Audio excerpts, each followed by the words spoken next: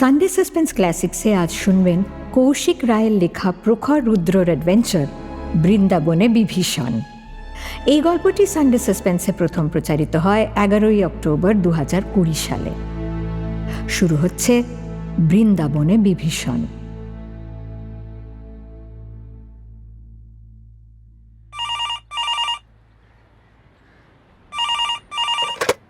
Hello hello, mister রুদ্র কথা বলছেন?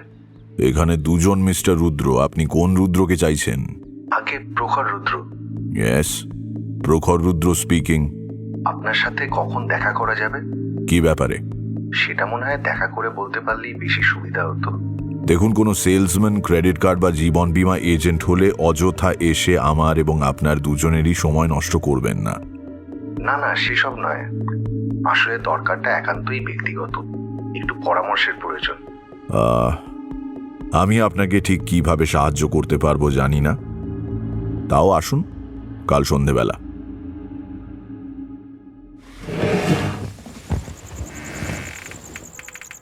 পরদিন ঠিক সন্ধে 6:30 একটি মধ্যবয়স্ক লোক এসে উপস্থিত হল। প্রখর রুদ্র নিজের ইজি চেয়ারে বসে লোকটিকে ভালো করে দেখেন। মাঝবয়সী, প্রায় টাক মাথা, গোলগাল মুখ, চোখগুলো একটু বেশি বড়। গায়ের রং শ্যামলাই বলা চলে, তবে পোশাকে একটা আভিজাত্যের ছাপ আছে। জেঠুর সাথে দেখা করতে এসেছে শুনে শিবানীর ছোট বোন ইন্দ্রাণী আজ নিজেই কফি নিয়ে জেঠুর ঘরে এসেছে। হ্যাঁ বলুন, আপনাকে কি পরামর্শ দিতে পারি?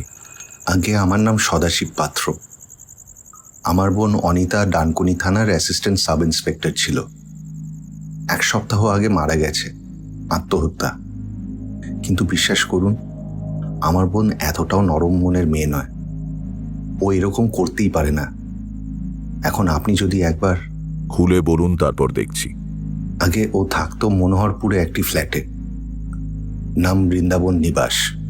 1 ছেলে, 1 মেয়ে, আর ওর 1 পুরুষ সঙ্গী। স্বামীর সঙ্গে 2 বছর আগেই ছাড়াছাড়ি হয়ে গেছে। যে রাতে শ্বশুর বাড়ি ছেড়ে আসে, সে রাতেই ওই বন্ধুটির বাড়িতেই ওঠে, তারপর ওখানেই থেকে যায়। প্রথম ভালোই চলছিল বলে আমি আর এই নিয়ে আপত্তি করিনি। আগের সংসারে এমনিতেও ও সুখী ছিল না। বাবা বেঁচে থাকতে ওর 21 বছর বয়সে একরকম জোর করেই বিয়ে দিয়ে দিয়েছিলেন। এখনকার সঙ্গীটির নাম বিনোদ ভীষণ, অবাঙালি।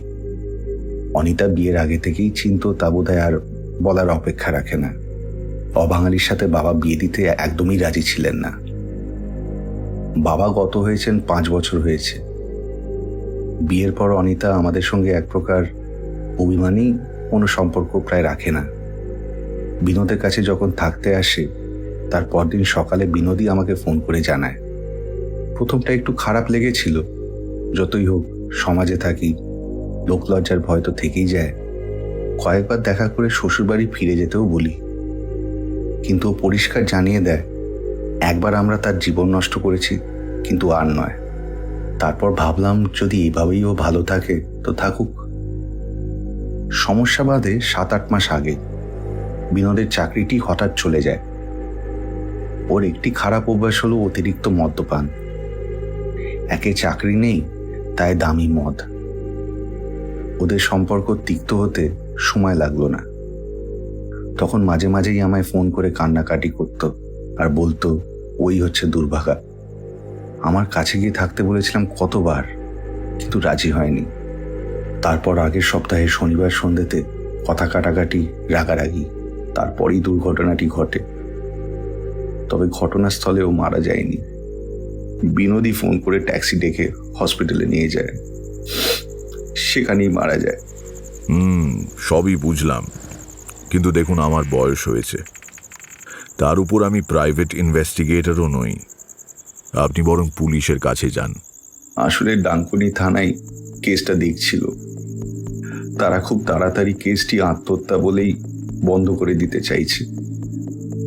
এরকম অবস্থায় আমি অসহায়।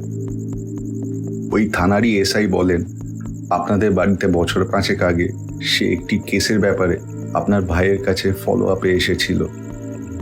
তখনই সে আপনার সাথে পরিচিত হয়, সেই আপনার কথা বলল।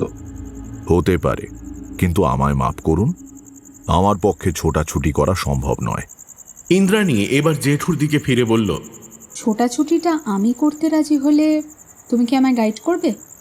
দেখ, পুলিশ যেখানে কাজ করছে সেখানে এভাবে মাথা গলানোটা ঠিক না। তাছাড়া তুই এসব করে কি করবি বলতো? ও, দিদি আর বাবাকে হেল্প করার বেলায় সব ঠিক আছে, আমি কিছু করতে চাইলেই সমস্যা। কেন? ওদের গায়ে ইউনিফর্ম আছে বলে? তোমার কি মনে হয় আমার দ্বারা হবে না? তুই হয়তো আমাদের মধ্যে সব থেকে ভালো পারবি, তবু আমি তোকে সাহায্য করতে পারবো না। কেন জানতে পারি? দায়িত্বহীন ক্ষমতা মানুষকে তার সীমাবদ্ধতা ভুলিয়ে দেয়। তোর দিদি আর বাবা তাদের চাকরির কাছে সীমাবদ্ধ, ওরা চাইলেও নিয়ম ভেঙে কিছু করতে পারবে না। তুই পারবি, আর ভয়টা সেখানেই। প্রখর রুদ্র হাতের কাপটা টেবিলে রেখে সদাশিব পাত্রের দিকে ফিরে বললেন, সদাশিববাবু, আপনি আসতে পারেন। ইন্দ্রাণী মনক্ষুণ্ণ হয়ে সদাশিবের দিকে তাকিয়ে রুক্ষ স্বরে বলে ওঠে, আমি জানি আমায় বিশ্বাস না করাটাই স্বাভাবিক, তবে যদি আপনার কোনো রাস্তা খোলা না থাকে আমাকে আপনার কেসটি দিলে আমি আপনার কাছে কৃতজ্ঞ থাকব। জেঠুর দিকে তাকিয়ে বলে, আর আমার কারোর হেল্পের দরকার নেই, এই আমার ফোন নাম্বার, কাগজে লিখে দিলাম। সদাশিব পাত্র আর কোনো কথা না বলে কাগজটা নিয়ে নমস্কার করে বেরিয়ে গেল।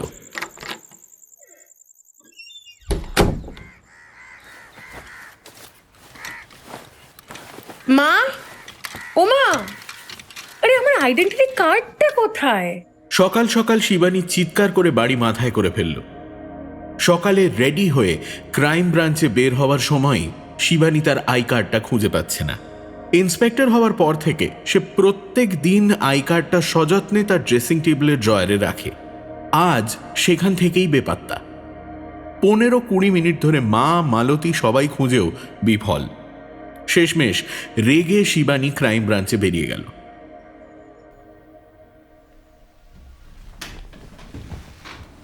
নমস্কার, আমার নাম শিবানী রুদ্র, ক্রাইম ব্রাঞ্চ। আপনাদের থানাতেই তো কদিন আগে অনিতা পাত্রের কেসটা এসছে। আপনাদেরই এএসআই ছিলেন। ডানকুনি থানার এসআই বিমলবাবু কিছুক্ষণ হাঁ করে তাকিয়ে থেকে বললেন, উনি অনিতা পাত্র নন, অনিতা দাস, বিবাহিত, এক ছেলেও এক মেয়ে আছে। কিন্তু ওর কেস ক্রাইম ব্রাঞ্চ তদন্ত করছে কেন? আগে আমি ইন্ডিপেন্ডেন্টলি ব্যাপারটা দেখছি আর কি। অনিতা আমার বিশেষ পরিচিতা ছিলেন, তাই আর কি। তা আপনার আই কার্ডটা, আপনি কি শেখর রুদ্রের মেয়ে? আগে এই যে কার্ডটা। সব ঠিক আছে, বলুন কি হেল্প করতে পারি? আপাতত ফাইলটা। বিমলবাবু একটা ফাইল তাক থেকে টেনে সামনের দিকে এগিয়ে দিলেন। সারাদিনের পর ইন্দ্রাণী বাড়ি ফিরতেই কুন্তলা দেবী বলে উঠলেন, তুমি ফিরলে আগে জেঠু দেখা করতে বলেছেন। ইন্দ্রাণী কোনো কথা না বলে জেঠুর ঘরে ঢুকে দেখল জেঠু ল্যাপটপে কিছু একটা করছে। তিনি মাথা না তুলেই দৃঢ় কণ্ঠে বললেন, শিবানীর আই কার্ডটা ফেরত দে। ওর নাম করে ডানকুনি থানায় গিয়ে একটা এখতিয়ার বহির্ভূত কাজ করে এসেছিস। দেখলি তো, যাদের দায়িত্ব থাকে না তাদের সীমারেখাও থাকে না। বেশ করেছি, দুজনে যখন জমজ মন, এইটুকু ফায়দা না তুললে আমি এগোতেই পারতাম না। তা কেসটা কি সদাশিববাবু তোকে দিলেন? কাল রাতে উনি ফোন করেছিলেন, বললেন যদি আমি কিছু করতে পারি উনি কৃতজ্ঞ থাকবেন। পুলিশের রিপোর্টগুলো দেখার দরকার ছিল, তাই দিদির আই কার্ডটা কাল রাতেই সরিয়ে ফেলেছিলাম। তা কি কি পেলি বল। না কেন, তুমি তো বলেইছো হেল্প করবে না। মাথা ঠান্ডা করে বস, আমি চাই না আর কোনো গোলযোগ তুই পাকাস, তাই নে এবার বল। ব্যালিস্টিকের রিপোর্টে কনফার্ম যে দুটি গুলি অনিতার সার্ভিস রিভলভার থেকেই চলেছিল। একটা বুলেট অনিতার মাথার খুলির উপরের অংশে বড় চিড় ধরিয়ে দিয়ে দেওয়ালে লাগে, অন্যটি ব্ল্যাঙ্ক দেওয়ালে লাগে। প্রথমটায় অনিতার রক্তের ট্রেস ছিল, অন্যটায় ছিল না, তাই ধরে নেওয়া যায় অন্যটি মিস করেছিল। ব্যালিস্টিকের রিপোর্ট থেকে পরিষ্কার প্রথম গুলিটা যখন দেওয়ালে লাগে তার ইম্প্যাক্ট অনেক কম ছিল, অপেক্ষাকৃত দ্বিতীয় গুলিটার ইম্প্যাক্ট অনেক বেশি ছিল। দ্বিতীয় গুলিটা প্রথমটার থেকে কম দূরত্ব থেকেই ছোঁড়া, এটাও সেই একই কারণে অনুমান করা হয়েছে। এবার আসি পোস্টমর্টম রিপোর্টে। বন্দুকের ব্যারেল মাথায় ঠেকিয়েই গুলি করা হয়েছে, গুলি লেগেছে ডান দিক থেকে বাঁ দিকে, প্রায় একটি অনুভূমিক সরল রেখা হলো গুলির গতিপথ। গুলির আঘাতের চারপাশের চামড়ার অনেকটা অংশই পোড়া ছিল। অনিতার হাতে গান পাউডারের ট্রেস। সব মিলিয়ে একটা পারফেক্ট সুইসাইডে যা যা এভিডেন্স থাকে সবই ছিল, তাই অন্য কোনো সন্দেহের জায়গা নেই। তাও আরও কিছু জানতে বিমলবাবুকে প্রশ্ন করে জানতে পারলাম সেদিন বিনোদবাবুই তড়িঘড়ি একটা ট্যাক্সি করে অনিতাকে নিয়ে হসপিটালে পৌঁছান। যখন হসপিটালে পৌঁছেছিলেন তখনও অনিতার জ্ঞান ছিল। অনিতা মারা যায় অপারেশন টেবিলে। ডাক্তার ও নার্সরাও তাদের জবানবন্দিতে একই কথা বলেছে। এখানে বিমলবাবু একটা যুক্তিপূর্ণ পয়েন্ট তুলেছেন। বিভীষণই যদি অনিতাকে গুলি করে থাকে তাহলে তাকেই আবার বাঁচানোর জন্য হসপিটালে কেন নিয়ে যাবে? কি বিভীষণ? সেটাকে বিভীষণ না, আসলে বিভীষণ, বিনোদ ভীষণ। আসলে সারাদিন বিমলবাবু এতবার বিভীষণ বিভীষণ করেছিলেন যে আমারও তাই হয়ে গেছে। বুঝলুম, এটা একটা ভ্যালিড পয়েন্ট তো বটেই। তবে এক্ষুনি তোদের বিভীষণকে সন্দেহের তালিকা থেকে বাদ না দেওয়াই ভালো। কিন্তু ব্যালিস্টিক রিপোর্ট আর পোস্টমর্টমের রিপোর্টের পর তো সত্যি বলতে আর কোনো সন্দেহের অবকাশ থাকছে না। ইভেন বন্দুকের বাঁটে ফিঙ্গারপ্রিন্টটাও অনিতার নিজের। নিদেন পক্ষে যদি এরকম হতো যে অনিতা বাঁ হাতি আর গুলি চলেছে ডান হাতে, তাহলে না হয় একটা ভাবার জায়গা ছিল। তো এমন একটা কেস পেলাম, কিচ্ছু নেই এতে। তোর গোয়েন্দা গল্পের নায়িকা হওয়াই উচিত ছিল। ডান হাত বাম হাত, একদম পারফেক্ট গোয়েন্দা গল্প। জেনারেলি সব গোয়েন্দা গল্পের সুইসাইডকে ওই একটিভাবেই খুনে পর্যবসিত করে তদন্ত শুরু করেন গোয়েন্দারা। কিন্তু সমস্যা হলো, বাস্তবে আমরা প্রায় 80% মানুষই ডানহাতি। এই 20% মানুষের মধ্যে আবার বাঁ হাতটি তারা নিজেদের একটি বিশেষ কাজেই শুধুমাত্র ব্যবহার করেন, বাকি সব কাজই ডান হাতে তারা করে থাকেন। যেমন সৌরভ গাঙ্গুলি ব্যাট করেন বাম হাতে, বাকি সব কাজই করেন ডান হাতে। কলেজে আমার এক বন্ধু ছিল, সে শুধু লিখত বাম হাতে, বাকি সব কাজ ডান হাতেই করত। বাস্তবে এরকম বাম হাতির সংখ্যাই বেশি। সত্যি বলতে যাদের বাম হাতটা ডমিনেটিং হ্যান্ড, অর্থাৎ সব কাজই প্রায় বাম হাতে করেন, এরকম মানুষের সংখ্যাটা বেশ কম, যেমন দেবশ্রী রায়। তাই যে খুন করেছে, বাঁ হাত যদি তার ডমিনেটিং হ্যান্ড না হয়, তাহলে সে ডান হাতেই গুলি চালাবে। একই যুক্তি অনিতার জন্যও খাটে। তাই এসব কপি বুকমার্কা গোয়েন্দার গণ্ডি থেকে বেরিয়ে যা যা দেখছিস, তার মধ্যে কিছু ইললজিক্যাল আছে কিনা ভাব। আজ আমি অনিতার আগের স্বামী পার্থর সাথে দেখা করতে গিয়েছিলাম। পার্থর সাথে কথা বলে বুঝলাম সে যথেষ্টই ফুঁসছে রাগে। গত 2 বছর অনিতার সাথে তার কোনো সম্পর্কও নেই। অনিতা মারা যাওয়াতে সে ভিতরে ভিতরে কোথাও যেন একটু হলেও খুশি। অনিতা চলে আসার পর থেকে সে পাড়া প্রতিবেশী আর বন্ধুদের তির্যক মন্তব্যে জেরবার। প্রথমে মুখের উপর তো দরজা বন্ধ করে দিচ্ছিল, দিদির ক্রাইম ব্রাঞ্চের আই কার্ডটা দেখে কথা বলতে রাজি হলো। তাও 5 মিনিট পরেই যখন জানতে পারলো আমি ব্যক্তিগত পর্যায়ে খোঁজ খবর করছি, তখন এক প্রকার বেইরি করে দিল। এটুকু ছাড়া তো আর কিছুই তেমন সন্দেহের পাচ্ছি না।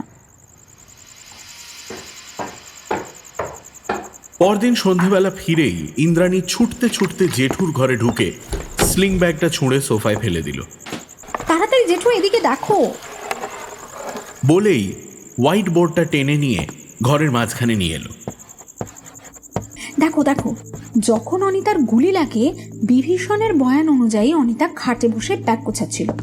পুলিশের রিপোর্টেও ছবিতে সারা ঘর জুড়ে এলোমেলো ছড়ানো কাপড় জামা আর একটা খোলা সুটকেস, আর বিছানার উপর কিছুটা রক্তের দাগ।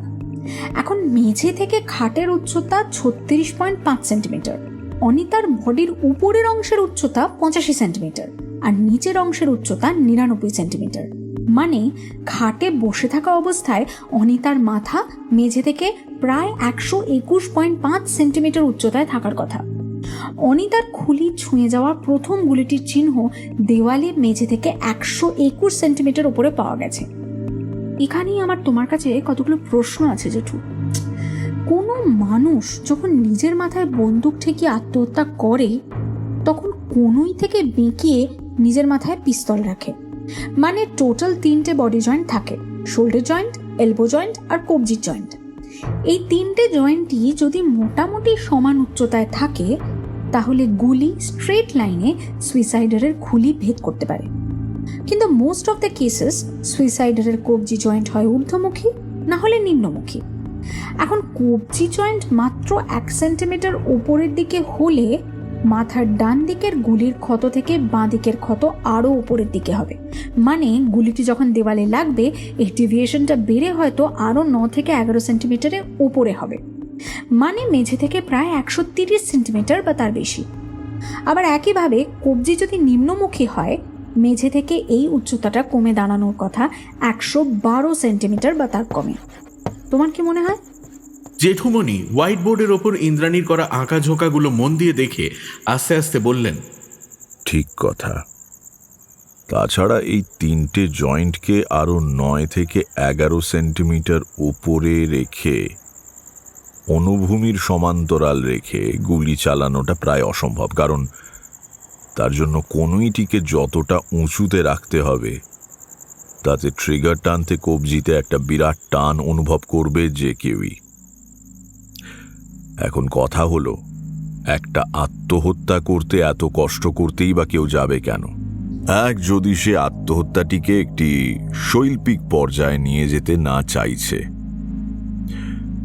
রাগের মাথায় অনিতার কি এতটা ভেবে আত্মহত্যা করার মতো মানসিক অবস্থায় আদৌ থাকা সম্ভব? মনে হয় না। তার থেকে বরং সোজা হাতে আমি যদি কারো পাশে দাঁড়িয়ে তার মাথায় গুলি চালাই, সে গুলির গতিপথ অনুভূমির সাথে সমান্তরাল সরল রেখা হওয়ার সম্ভাবনা অনেক বেশি। এক্স্যাক্টলি। আর যে গুলি চালাচ্ছে তারও কাঁধ পর্যন্ত উচ্চতা যদি 120 থেকে 121 সেন্টিমিটারের কাছাকাছি হয়। আমাদের তালিকায় কি এরকম কেউ আছে? সেটাই তো সমস্যা জেঠু। কথায় কথায় আমি সবারই হাইট জিজ্ঞেস করেছি। সদাশিস বাবু 5'7", মানে প্রায় 174 সেন্টিমিটার। বিভীষণ তো আরও লম্বা, 181 সেন্টিমিটার। আর পাশের ফ্ল্যাটে বিভীষণের ভাই কুম্ভকর্ণ থাকে, তার হাইট 177 সেন্টিমিটার। কি কুম্ভকর্ণ? সরি, আমার মাথাটা একেবারে গেছে। ওর নাম রাহুল ভিশন, কাকাতো ভাই। যাই হোক, এখন আরও একটা খটকা আছে, সেটা তো বলা হয়নি। সে খটকাটার দ্বিতীয় গুলিটা নিয়ে ভালো করে দেখো। ইন্দ্রাণী প্রথম গুলির চিহ্ন থেকে একটা লম্বালম্বি সরল রেখা টেনে বোর্ডের নিচ পর্যন্ত নিয়ে যায়। দ্বিতীয় গুলির চিহ্ন থেকেও তাই করে। মেঝের থেকে দ্বিতীয় গুলির উচ্চতা 37 সেন্টিমিটার। এবার দ্বিতীয় গুলির চিহ্ন থেকে একটা আনুভূমিক সরল রেখা টেনে দেয়। প্রথম গুলির চিহ্নের থেকে টানা লম্বালম্বি সরল রেখা আর এই আনুভূমিক সরল রেখাটি যেখানে ছেদ করে সেখানে একটা এক্স চিহ্ন এঁকে দেয়। এবার একটা লম্বা শ্বাস নিয়ে বলতে থাকে, এই এক্স চিহ্ন থেকে প্রথম গুলির উচ্চতা 84 সেন্টিমিটার আর এই এক্স চিহ্ন থেকে দ্বিতীয় গুলিটির আনুভূমিক দূরত্ব 90 সেন্টিমিটার। এখন সমস্যা হলো কোন গুলিটি আগে চলেছিল সেটা নিয়ে।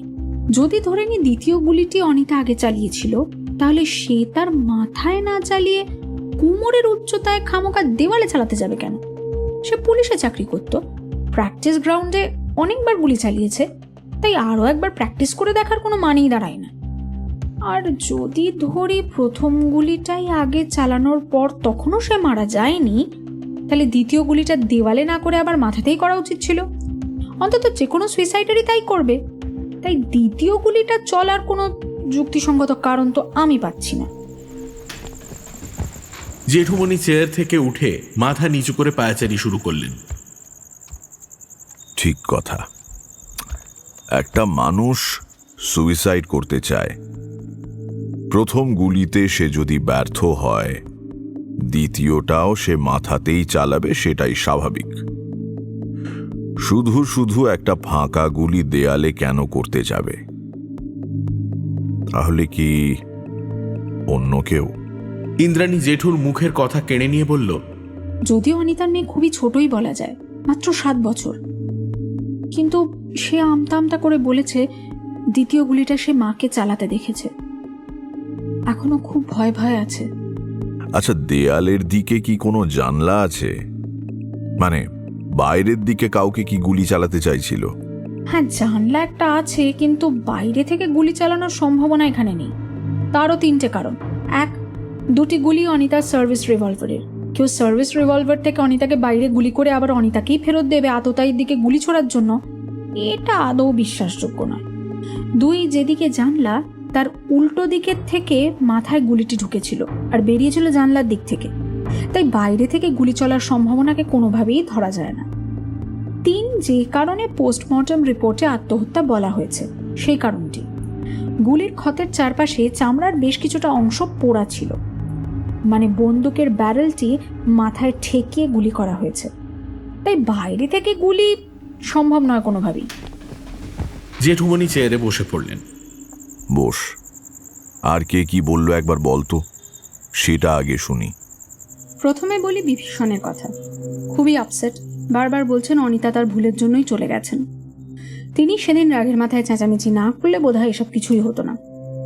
সেদিন বাড়ি ফিরে তিনি অনিতার কাছে টাকা চান, অনিতা তাকে টাকা দিতে রাজি হয়নি। কথা কাটাকাটির পর বিনোদবাবু ঘরের বাইরে গিয়ে সিগারেট খাচ্ছিলেন, এমন সময় গুলির শব্দ শোনেন। প্রথমটায় বুঝতে সময় নেন, দ্বিতীয় গুলির শব্দ হলে তিনি ছুটে ঘরে আসেন। যতক্ষণে শোয়ার ঘরে পৌঁছলেন ততক্ষণে অনিতা বেডের ওপর মুখ থুবড়ে পড়ে আছেন, হাতে বন্দুক ধরা। অনিতার ছেলেটিকে জড়িয়ে ধরে মেয়েটি দাঁড়িয়ে। এটা কি ভেরিফাই করলি? বিশেষ কিছু ভেরিফাইড ছিল না, তাও রাহুলের সাথে কথা বলেছি, ওটা আমি রেকর্ডও করেছি। নাও শোনো। ইন্দ্রাণী তার ফোনটা টেবিলের উপর রেখে প্লে করে দিল।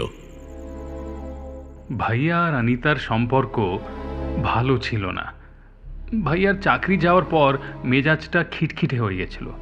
বউয়ের ইনকামে কোনো পুরুষ মানুষ শান্তিতে থাকতে পারে বলুন? তাও অনিতা ভাবি ভাইয়াকে খুব ভালোবাসতেন।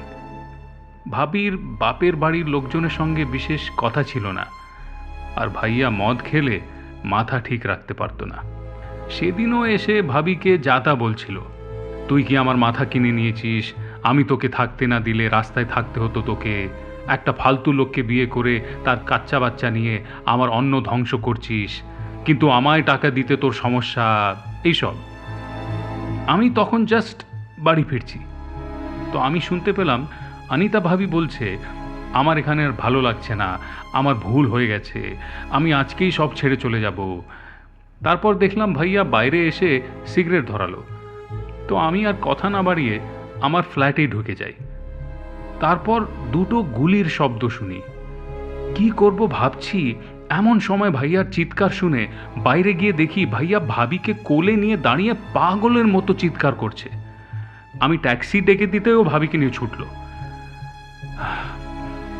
বাচ্চা দুটোকে নিয়ে আমি বাড়িতে ছিলাম। এই 2 ঘন্টা পরে খবর পেলাম যে ভাবি হাসপাতালেই মারা গেছে। আমার কি মনে হলো জানেন, কি ভাবি আত্মহত্যাই করেছে। ওই যে বলছিল সবাইকে ছেড়ে চলে যাব। ইন্দ্রাণী ফোনটা থেকে নেক্সট বাটনটা টিপতে টিপতে বলল, সদাশিববাবু খবর পেয়েছিলেন পরদিন সকালে। উনি থাকেন দার্জিলিং, অবিবাহিত, একটি ছোট চায়ের পেটি বানানোর ও কাঠচেরাই কারখানা। তবে অনিতার দেহ দাহ করার সময় তিনি ছিলেন। পার্থবাবু আসেননি। ছেলে মেয়ে দুটি আপাতত সদাশিববাবুর সাথে একটি রেস্ট হাউসে আছে। আমি কথা বলেছি ছেলে মেয়ে দুটির সাথে। ছেলেটি কোনো মুখ খুলতে রাজি হয়নি, কেমন যেন একটা রাগ, ভয় আর ক্ষোভে চুপচাপ। মেয়েটি এখনো যথেষ্ট ভীত, আমতা আমতা করে কিছু কথা বলছিল, সেটাও রেকর্ড করেছি, শোনো। ইন্দ্রাণী ফোনটা আবার প্লে করে। ইন্দ্রাণী আর বাচ্চা মেয়েটির কথোপকথন ভেসে ওঠে। তোমার নাম কি? দিশা। তুমি কাকে বেশি ভালোবাসো, মাকে নাকি বাবাকে? মাকে। আর বাবা? পুরনো বাবা? হ্যাঁ। ভালোবাসে তো, আমাকে আমাকে প্রত্যেক দিন একটা করে চকলেট কিনে দিত। আর নতুন বাবা?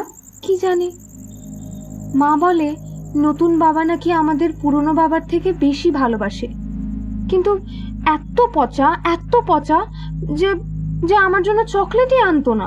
শুধু বলতো চকলেট খেলে নাকি দাঁতে পোকা হয়, আর আর রাতের বেলা মাকেও আমাদের পাশে শুতে দিত না। শুধু বলবে কি ওরা বড় হয়ে গেছে। ও তাই বুঝি, তা আমিও একটা চকলেট দেব। সেদিন কি হয়েছিল আমায় বলবে তাহলে?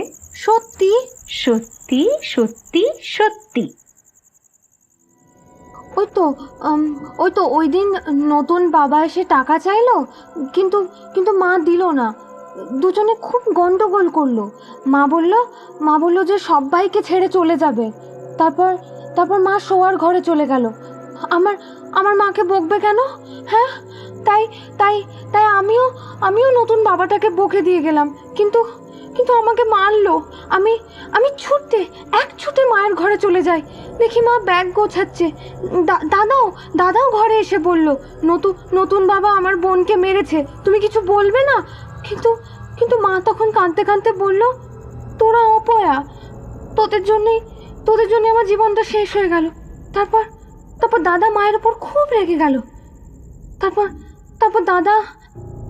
হঠাৎ করেই একটি ছেলের রাগী কণ্ঠ শোনা যায়। তোকে কতবার বলেছি না, আমাদের বাবা বলেছে অচেনা মানুষের সঙ্গে কথা না বলতে? যাকে তুই নতুন বাবা বলছিস সে আমাদের কেউ না। আমাদের মা ভালো না, স্কুলে সবাই বলে, সব বন্ধুরা বলে মা একটা খারাপ মেয়ে মানুষ।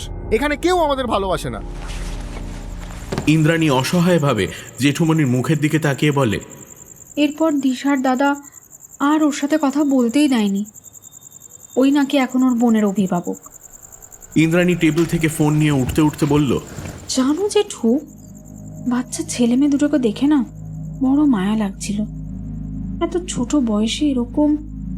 মেয়েটা তো কথা বলতে বলতে আমায় জড়িয়েই ধরছিল। এক রত্তি মেয়ে, আমার কোমর সমান। ছেলেটা যদিও আমার বিশেষ কাছে আসেনি, তাও মনে হয় আমার কাঁধের কাছাকাছি তো হবেই। ছেলেটির কবজিতে আবার খেলতে গিয়ে কিভাবে মচকা লেগেছে, ব্যান্ডেজ বাঁধা। আমার মন বলছে এটা হয় ওই পার্থ, না হয় বিনোদ, কোনোভাবে একটা কিছু করেছে। শুধু কিভাবে করেছে সেটাই আমি বুঝতে পারছি না।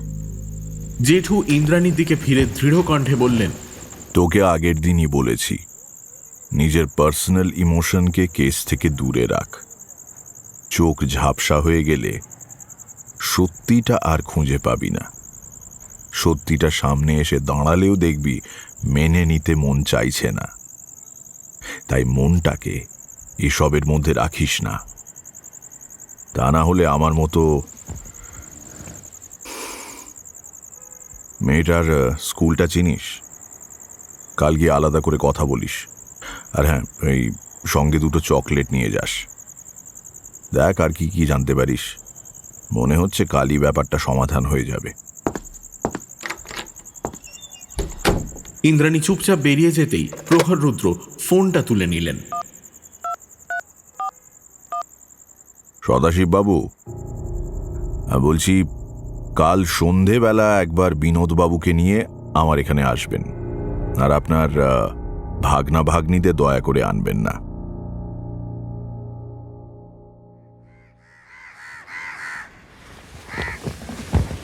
পরের দিন প্রখর রুদ্রের বসার ঘরে সদাশিববাবু আর বিনোদবাবু উপবিষ্ট হলেন সোফাতে। সামনের টেবিলের উল্টো দিকে বসলেন প্রখর রুদ্র, আর পাশের একটি চেয়ারে বসল ইন্দ্রাণী। ইন্দ্রাণীকে যদিও বেশ বিধ্বস্ত দেখাচ্ছে। দুহাতে মুখ ঢেকে বসে আছে, চুলগুলো এলোমেলো হয়ে মুখের ওপর এসে পড়েছে। প্রখর রুদ্রই নীরবতা ভাঙলেন। আমাদের জীবন আর সম্পর্কগুলো এত জটিল হয়ে যাচ্ছে যে বাচ্চাগুলোকে বোঝার সময় আর ইচ্ছে আমাদের দুটোই চলে যাচ্ছে। আমাদের জেদ, মিথ্যা গরিমায় ছোট ছোট শিশুগুলোর শৈশব পিষে যায়। প্রখর রুদ্র ঘরের মধ্যে উঠে অস্থিরভাবে পায়াচারি করতে করতে সদাশিব বাবুর দিকে ফিরে বললেন, ভুল ভুল ভুল আর ভুল। একটা সদ্য 20 বছরের মেয়েকে আপনার বাবা জোর করে বিয়ে দিলেন। আপনার বাবা দুটো অচেনা শরীরকে 4 দেয়ালে বেঁধে দিলেন, কিন্তু মেয়ের মনের খবর নিলেন না। আপনার বোন অসুখী সংসার ছেড়ে বাপের বাড়িও গেলেন না। এবার ভুল করলো আপনার বোন, তার ছেলে মেয়েগুলোর মনের খবর না নিয়ে। আপনাকে একটা পরামর্শ দেব, শুনবেন কি? সদাশিববাবু ধীরে ধীরে বললেন, বলুন। আপনার বোনের শেষ ইচ্ছেটা পূরণ করবেন? হ্যাঁ, নিশ্চয়ই। আপনার বোনের শেষ ইচ্ছে ছিল ওনার হত্যাটা আত্মহত্যার রূপ পাক। জীবনের অনেকগুলো ভুলের শেষ প্রান্তে দাঁড়িয়ে অনিতা একটা ঠিক কাজ করে গেছে, সেটা সামনে না আনাই ভালো। আপনার ভাগ্নে আর ভাগ্নিটিকে নিয়ে পারলে অনেক দূরে চলে যান। এখানে ওরা ভালো নেই। যা ঘটেছে ওদের সাথে, আমি প্রার্থনা করি ওরা যেন সব ভুলে যায়, না হলে ওদের বাকি জীবনটাও অন্ধকারে ঢেকে যাবে, এক বুক হতাশার অন্ধকারে। কিন্তু কে? সদাশিববাবুকে মাঝপথে হাত তুলে প্রখর রুদ্র থামিয়ে দিলেন। আপনার মানসিক সন্দেহের অবসানের জন্য শুধু বলছি যে এটি বিনোদবাবু বা পার্থবাবু কেউই করেননি। আর বিনোদবাবু কাউকে ভালোবাসলে তার সবটুকু নিয়ে ভালোবাসতে হয়, তার খারাপ, তার ভালো, অতীত, বর্তমান সবটুকুকেই। অনিতাকে ভালো তো বাসলেন, কিন্তু তার অতীতের সাক্ষ্য বয়ে আনা নিষ্পাপ দুটি শিশুকে ভালোবাসতে পারলেন না। আপনার শাস্তি এটাই।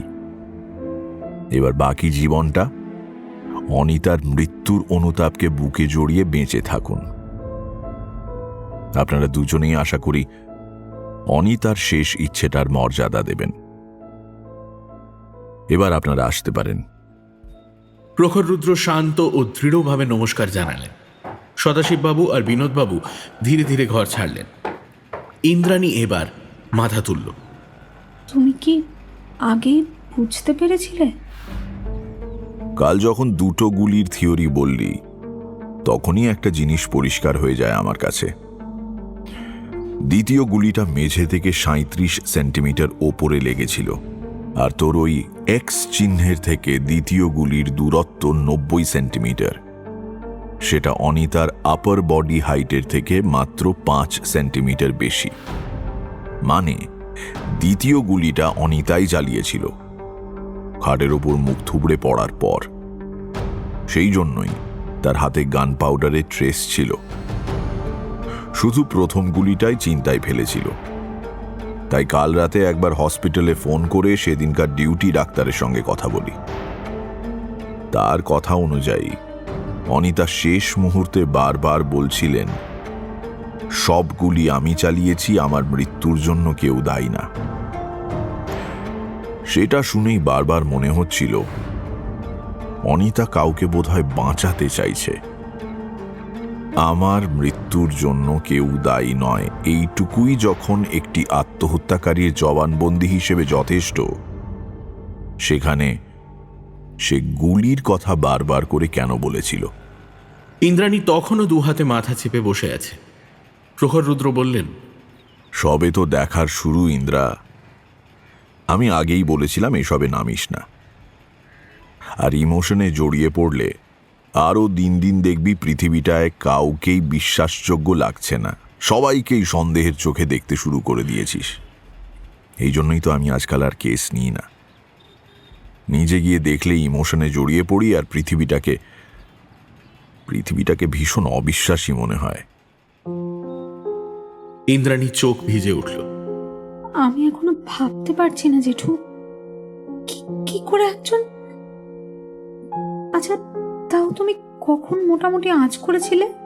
তুই যখন কালকে বললি ছেলেটি তোর কাঁধের সমান, হিসেব করে দেখলাম তার মানে ছেলেটির কাঁধ পর্যন্ত উচ্চতা ওই 121 সেন্টিমিটারের কাছাকাছি হবে। সেই জন্যই ওর বোনের সঙ্গে আজ আলাদা করে কথা বলতে বললাম। এর মধ্যেই শেখরবাবু তড়িঘড়ি ঘরে ঢুকলেন। দাদা, খুব ফেসে গেছি, প্লিজ পথ দেখা। ইন্দ্রাণীর দিকে তাকিয়ে বললেন, তোর মাকে চা করতে বলতো, আর তুই এখন আয়, দাদার সাথে আমার একটু আলাদা দরকার আছে। ইন্দ্রাণী কোনো কথা না বলে চুপচাপ ঘর ছাড়ে। তার চোখের সামনে তখন দুপুরে দিশার সাথে হওয়া কথোপকথন বারবার ভেসে উঠছে। এই দেখো দিশা, তোমার জন্য কতগুলো চকলেট এনেছি। Thank you aunty. এবার আমায় বলো তো, তারপর সেদিন কি হলো? মা আর দাদার ঝগড়ার সময়? দিশা কিছুক্ষণ ভ্যাল ভ্যাল করে ইন্দ্রাণীর মুখের দিকে তাকিয়ে থাকে। মা যখন পড়েছিল বেডে, মা বলেছে আমাদের কাউকে কিচ্ছু বলতে না, পুলিশ কাকুদেরও আমরা তাই কিচ্ছু বলিনি। কাল কাল তোমায় বলেছি বলে দাদা বকেছে, আর বলেছে আমি নাকি মাকে ভালোবাসি না, তাই আমি মায়ের কথা শুনছি না। কিন্তু আমি তো মাকে খুব ভালোবাসি, তাই বলবো না, আমি কিচ্ছু বলবো না। হে বাবা, তুমি তো কিছুই জানো না, সেই জন্যই তো বলতে পারছো না। জানলে তো তুমি বলবে। দোষ, তুমি কিচ্ছু জানো না। দিশা মাথা ঝাঁকিয়ে ওঠে। না না, আমি জানি তুমি কিছু জানো না। জানলে তো তুমি বলতে। তুমি কাউকে বলবে না তো? তাহলে বলবো। প্রমিস, কাউকে বলবো না। মাও কিন্তু বারণ করেছে, কাউকে বলবে না কিন্তু। দাদার সাথে ঝগড়া করতে করতে দাদা রেগে গিয়ে মাকে বলল, বাবাকে ছেড়ে ওই বাজে লোকটার সাথে থাকো, বোনকে মারে করো না, তুমি নোংরা। কিন্তু তখন মা রেগে গিয়ে দাদাকে ঠাস করে একটা চড় মারলো, আর দাদা মায়ের বন্দুকটা মায়ের মাথায় ঠেকিয়ে বলল, আগে যাও, লোকটাকে গিয়ে বোনের পায়ে ধরে ক্ষমা চাইতে বলো, নাহলে আমি গুলি চালিয়ে দেব, তোমার জন্য এইসব হচ্ছে। তখন মা কোনো দিকে না তাকিয়ে নিজের মতন কাঁদতে কাঁদতে ব্যাগ গোছাচ্ছিল, আর বলছিল সব ভুলই আমার, তোর যা ইচ্ছে হয় তুই কর, আমার আর এসব ভালো লাগছে না। তারপরে গুড়ুম করে শব্দ হলো, আর মা খাটের উপর পড়ে গেল। জানো, মায়ের মাথা থেকে রক্ত পড়ছিল। মা খুব কষ্ট করে বন্দুকটা দাদার থেকে নিয়ে দাদাকে বলল, বাবান, যদি আমায় এতটুকুও ভালোবেসে থাকিস, এক্ষুনি যা করলি কাউকে বলিস না বাবা। পুলিশ অনেকবার জিজ্ঞাসা করতে পারে, করলে বলিস তোরা যখন ঘরে ঢুকেছিলি তখন আমি এভাবেই পড়েছিলাম, বোনকে দেখিস। বলেই মা বিছানায় শুয়ে দেওয়ালে আবার গুড়ুম। আন্টি, আমার না টিফিন শেষের ঘন্টা পড়ে গেছে, কাউকে বলো না কিন্তু। আমি আসি। হ্যাঁ, 1 মিনিট দিশা, তুমি মিথ্যে বলছো না তো? তোমার দাদা বন্দুক চালাতে জানে? আন্টি, সত্যি বলছি, মা দাদাকে শেখাতো তো, কিন্তু কোনোদিন গুড়ুম করে আওয়াজ হয়নি, সবসময় ওই খুট খুট করে আওয়াজ হতো। ওই দিনই গুড়ুম করে আওয়াজ হলো, কি জানি কেন। আমি আসি আন্টি, বাই বাই। দিশা স্কুলের মাঠ ছেড়ে ক্লাসের দিকে দৌড়লো। সিঁড়ি দিয়ে উঠতে উঠতে ইন্দ্রাণী মাথাটা ভারী হয়ে আসছিল। জীবনে অনিতা অনেক কিছুই হয়তো ভুল করেছে, কিন্তু যেতে যেতে একটা ঠিক কাজ করে গেছে। তবে তার ছেলে যখন বড় হবে এবং নিজের ভুল বুঝবে, তখন কি সে নিজেকে ক্ষমা করতে পারবে? ইন্দ্রাণীর ঝাপসা হয়ে থাকা চোখে ছেলেটির হাতের ব্যান্ডেজটি ভাসতে থাকে। তার বুঝতে সময় লাগে না, ওটা খেলতে গিয়ে পাওয়া চোট নয়, অপটুভাবে প্রথমবার রিভলভার ধরা নরম হাত, বুলেটের রিকয়েলের ধাক্কা সহ্য করতে পারেনি।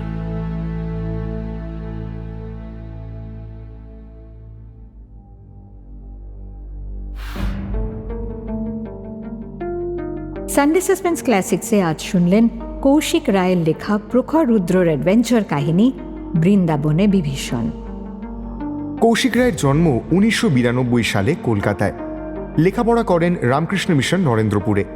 এখন ব্যাঙ্গালোরের একটি বহুজাতিক সংস্থায় চাকুরিরত। আজকের গল্প বৃন্দাবনে বিভীষণ আমরা নিয়েছি তাঁর লেখা এবং বিভা প্রকাশনী থেকে প্রকাশিত বই চক্রবুহে প্রখর রুদ্র থেকে। প্রখর রুদ্রর ভূমিকায় মীর, গল্প পাঠে দীপ, অন্যান্য ভূমিকায় অগ্নি, সোমক, রিচার্ড, বিশাল, মোহর, শ্রী, লাজবন্তী এবং রাই। ধ্বনি পরিকল্পনা ও আবহ সঙ্গীত সৌম্য ও শুভ। প্রচার অলঙ্করণ গ্রিনিং ট্রি। পরিচালনায় দীপ।